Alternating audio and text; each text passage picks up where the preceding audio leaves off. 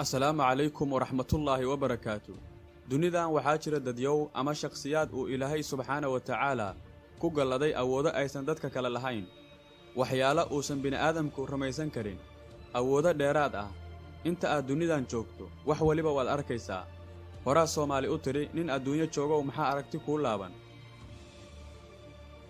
maantay halkaan waxaan idinku soo gudbinayaa 6 qof ee adduunka ugu la yaabka badan. dadkan ayaa waxay samayn karaan waxyaalo uusan bini'aadamka intiisa badan aysan karin ama awoodi karin inay sameeyaan. qaar dadkan ka midana waxay leeyihiin muuqaalo ka duwan muuqaalka dadka kale, muuqaal cajiiba iyo awoodo cajiiba. fiidiyowgan kii ka horeeyay waxaan uga soo hadalnay 5 qof oo iyaguna awood cajiiba leh. muuqaalkaas waxaan ku soo dhigi doonaa linka description-ka, halkaas ka daawo kana tixraac. shakhsiga koobaad ee dunida ugu la yaabka badan waa Wim Hof. ninkan ayaa wuxuu leeyahay awood cajiiba, taasoo ah inuu dunida uga yaabsaday dhex istaagidda barafka qabowgiisu saa'idka yahay. ninkan ayaa wuxuu awood u leeyahay inuu dhex istaago ama dhex dabaasho barafka iyo buuraha waaweyn ee barafku fadhiyo. sidoo kale wuxuu quusi karaa biyo barafku ka koreeyo qabow daraaddiisa. ninkan ayaa dhashay sanadii 1959kii, waxa uuna ku dhashay magaalada Sittard ee waddankaasi Holland. dhalashadiisu waa dadkan la yiraahdo Dutchka ee Hollandayska. ninkan ayaa sidoo kale waxaa loo yaqaanaa The Iceman, ninkii barafka ahaa. Wim Hof ayaa wuxuu yidhi, mucjisadan waxaan isku arkay daadaydu markay ahayd 11 sano jir, mar aan biyo aad u qabow ku dhex dhacay. kadibna aan dareemi waayay wax qabow ah. neeftayda ayaan gadaal u celiyey markaan ku dhacay biyaha. taasina waa mid uu baran karo qof walba oo neefsada, ayuu yidhi Wim Hof. ninkan ayaa sidoo kale wuxuu baxshaa koorsooyin uu dadka ku baraayo qaabka aan biyaha dhexdooda loogu dhaxamoonin. wuxuuna leeyahay waa waxaan bartay ee maahan waxaan dadka kala dheerahay. dadka qaarkiis ma aaminaan ninkan sababtoo ah ma jiro qof isku aaminaya inuu dhex fadhiisto ama dhex galo baraf, halka dadka qaarkiis ay ninkan uga imaadaan waddamo kala duwan oo dunida ka mid ah si ay u bartaan xirfaddan. ninkan ayaa wuxuu ku nool yahay caasimadda waddankaasi Holland ee Amsterdam. Wim Hof wuxuu galay buugga World Record ee laga diiwaangeliyo dadyowga mucjisada ah. sidoo kale wuxuu leeyahay website uu ku bixiyo casharro online oo lacag ah. sidoo kale wuxuu qoray buug uu ku soo bandhigayo mucjisadiisa, waxaana buuggaas iibsaday dadyow aad u fara badan. ninkan ayaa uga yaabsada dadka mucjisadiisa markay arkaan asagoo ku ordaayo buuraha barafka leh dushooda, kuna aalamiitaynayo isagoo feero qaawan oo aan wax jaakada qabin. arrinta ugu la yaabka badan ee uu sameeyo ninkan dadkana uga yaabsaday ayaa waxay tahay inuu dhex galo godadka ku yaalla buuraha dushooda oo barafka iyo biyuhuba ka buuxaan. kadibna wuxuu quusaa oo ku dabaashaa biyahaas iyo barafkaas hoostooda. meeshaas oo ah meel haddii uu qofka bini'aadamka ahi galo uu daqiiqad gudaheeda naftiisa ku weynayo. waana sababta loogu magac daray The Iceman, ninkii barafka saaxiibka la ahaa. kaasina wuxuu ahaa Wim Hof oo ka mid ah dadyowga dunida ugu la yaabka badan.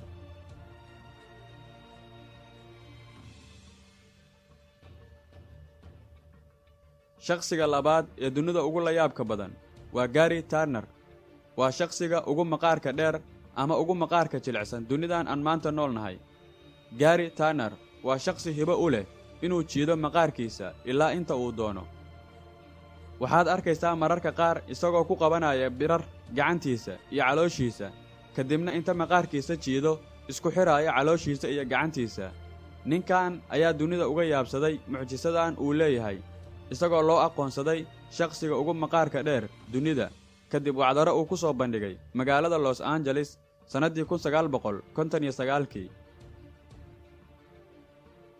marka uu jiidayo maqaarkiisa caloosha, dhererkiisu waxa uu gaarayaa 6.25 feet. ninkan ayaa qaba cudurka la yidhaahdo Ehlers-Danlos syndrome, taas oo sabab u ah inuu maqaarkiisa jiidi karo ilaa inta uu rabo. booskan waxa uu kala baxay nin la odhan jiray Thomas Hansip, kaasoo horay u haystay rikoorkan sannadihii 90-maadkii. Gary Turner waxa uu dhashay dalkaasi Ingiriiska, wuxuuna dhashay sanadku markuu ahaa 1971dii magaalada Kaister. Gary Turner waa shakhsi maqaarkiisa dhinaca uu rabo ka jiidi karo, cabir gaarayo 15 feet, marka laga reebo calooshiisa oo uu jiidi karo 6.25 fiit. Gary Turner waxa uu haystaa shakhsiga ugu maqaarka dheer dunida, waana mid ka mid ah dadyowga dunida ugu la yaabka badan.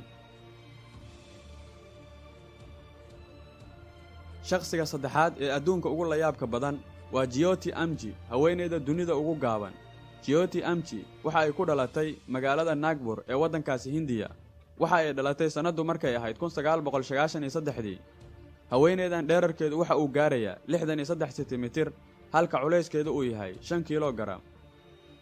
sanadu markay ahayd 2011 ayaa waxaa loo aqoonsaday Jyoti Amji haweeneyda dunida ugu gaaban.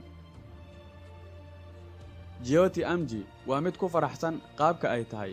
mar wax laga weydiiyey waxa ay dareento marka ay marayso goobaha bulshadu ku badan tahay, waxa ay ku jawaabtay, haa, way jirtaa waxyaalo aan kala kulmo bulshada sida cayda iyo inay wax ka sheegaan qaabka aan u ekahay, balse anigu waan ku faraxsanahay qaabka aan u ekahay.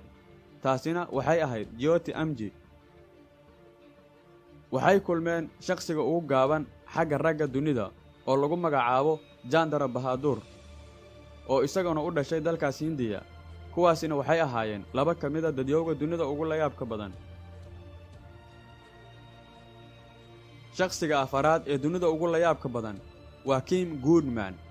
waa haweeney awoodda inay indhaheeda ka soo saarto godka ay ku jiraan cabir gaaraya 12 milimitir.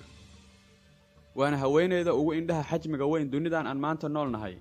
Kim Goodman waxay ku nooshahay carrigaas Maraykanka, khaasatan magaalada Chicago.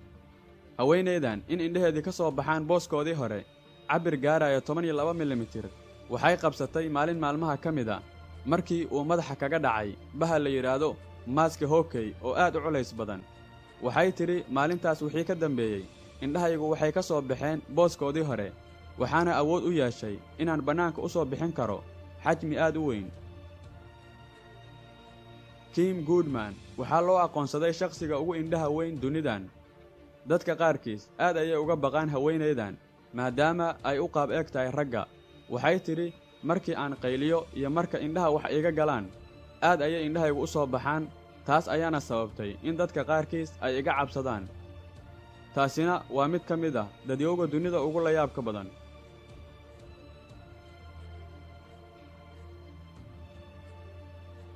shakhsiga shanaad ee dunida ugu la yaabka badan waa Arun Reikwar.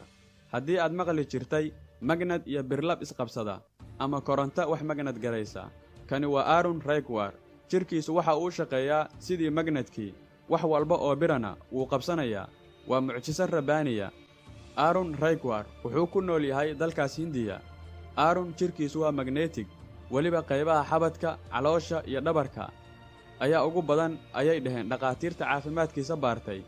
Arun Reikwar jirkiisu wuxuu qabsanayaa wax walba oo bira ama macdana sida midiyaha, qaadooyinka iyo wixii la mid ah. Arun Reikwar ayaa yidhi, aad ayaan ugu raaxaystaa markaan arko dadkoo daawanaya awooddayda jireed. taasina waa midaan dadka dheerahay. Arun Reikwar ayaa loo aqoonsaday World Magnetic Man. Arun Reikwar jirkiisu waxa uu qabsanayaa wax walba oo magnetic ah. kaasina waa mid ka mid ah dadyowga dunida ugu la yaabka badan. shakhsiga lixaad ee dunida ugu la yaabka badan waa Abdul Bajandar. ninkan ayaa gacmihiisa iyo lugihiisa waxaa ka soo baxay geedo uusan qof bini'aadana fiirin karin. ninkan ayaa waxaa ku dhacay xanuun aanan horay looga arag dunidan, waana mid dad badan ka yaabisay in qof bini'aadana korkiisa uu ka soo baxa geed. Abdul Bajandar xanuunkan wuxuu ku soo bilowday markay da'diisu ahayd 10 sano jir, isagoo isku arkay nabarro ka soo baxaya gacmihiisa iyo lugihiisa. sanadku markuu ahaa 2017, Abdul Bajandar wuxuu maray qalliimo fara badan, isagoo markii dambe ka cabsaday inuu qalliimo kala maro. taasina waxay sababtay inay arrintiisii xumaato, gacmihiisii iyo lugihiisii oo dhanna ay noqdaan wada geedo, taasoo markii dambe shoog ku riday dhaqaatiirtii xaaladiisa la socotay iyo dhammaan ehelkiisa. Abdul Bajandar waxa uu dhashay dalka Pakistan. xanuunka ku dhacay ninkan ayaa ah mid aan lagu arag qof kale oo dunidan ku nool, waana sababta keentay in loo aqoonsado ninkii geedka ahaa, lagana diiwaan geliyo buugga World Record. ilaa iyo hadda Abdul Bajandar waxa uu la dhibtoonayaa xanuunkaas. kuwaasina waxay ahaayeen qaar ka mid ah dadyowga dunida ugu layaabka badan. halkan ayaan ku joojinaynaa mawduuceena maanta. fadlan haddii aad xiisaynayso muuqaalada noocan oo kale ah ku soo biir janaalka, fiidiyowga like iyo share iskugu dar. waa walaalkiin Saki Cabdi Yaasiin.